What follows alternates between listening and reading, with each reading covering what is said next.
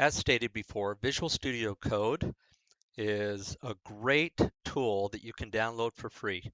And what we do is we use this tool in creating software, in writing HTML files, JavaScript files, Python files.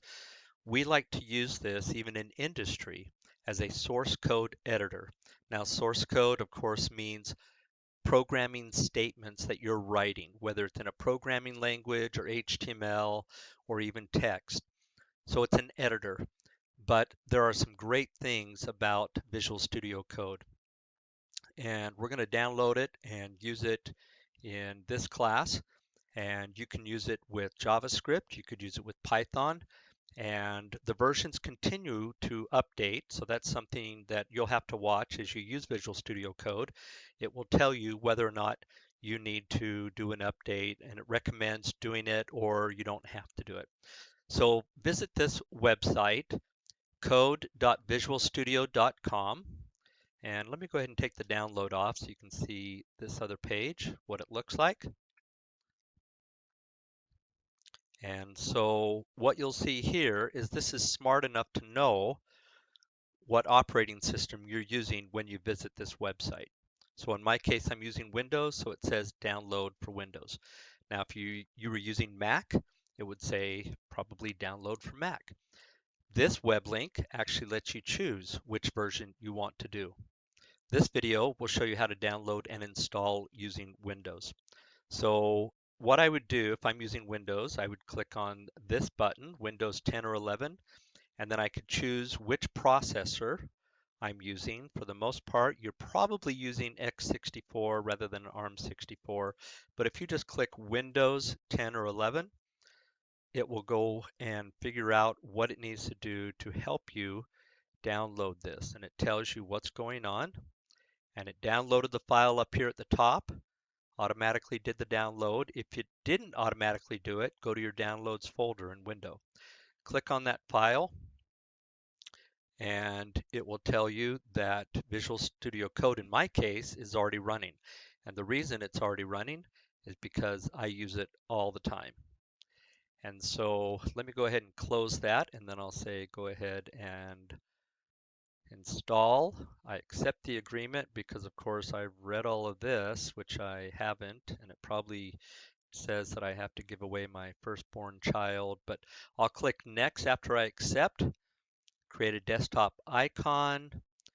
Make sure you make this button click. That checkbox, add to path, needs to be clicked. Click on next, click on install.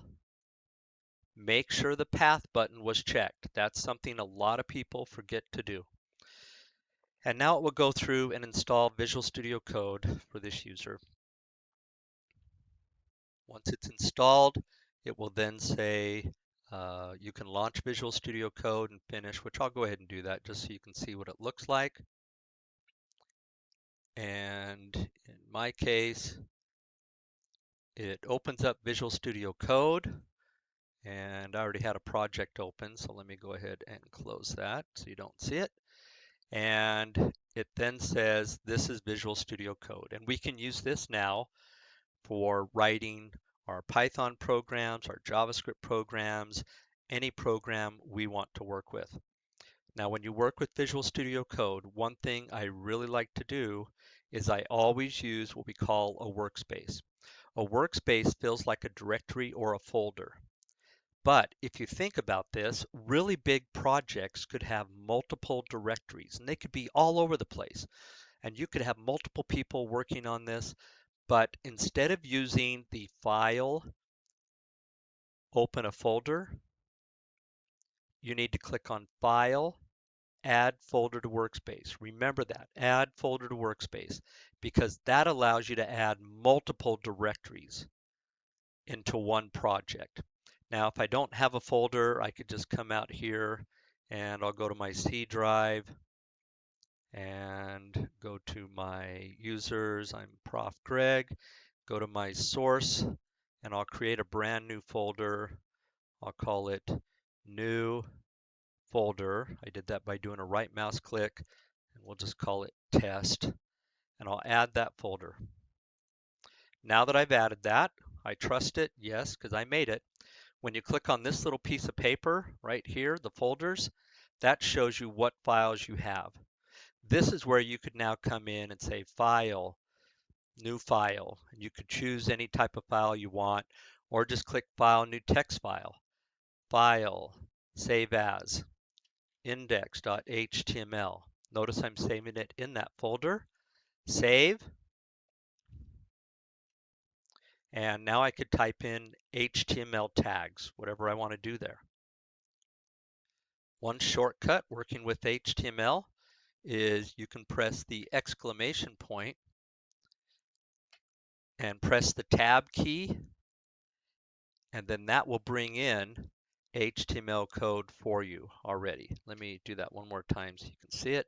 Exclamation tab, and then click on that little blue area, and it brings in the source code so that it gives you a little skeleton framework of working with HTML, which is a head and body tags. So it's just a nice little way to get started.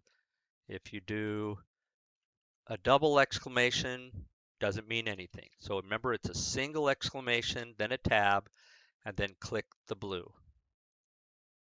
And that brings in HTML code. And this is where you're going to use a lot of the programming statements. You're going to type them into this editor, into your HTML files, JavaScript, Python. So this is something that's going to help you be more productive.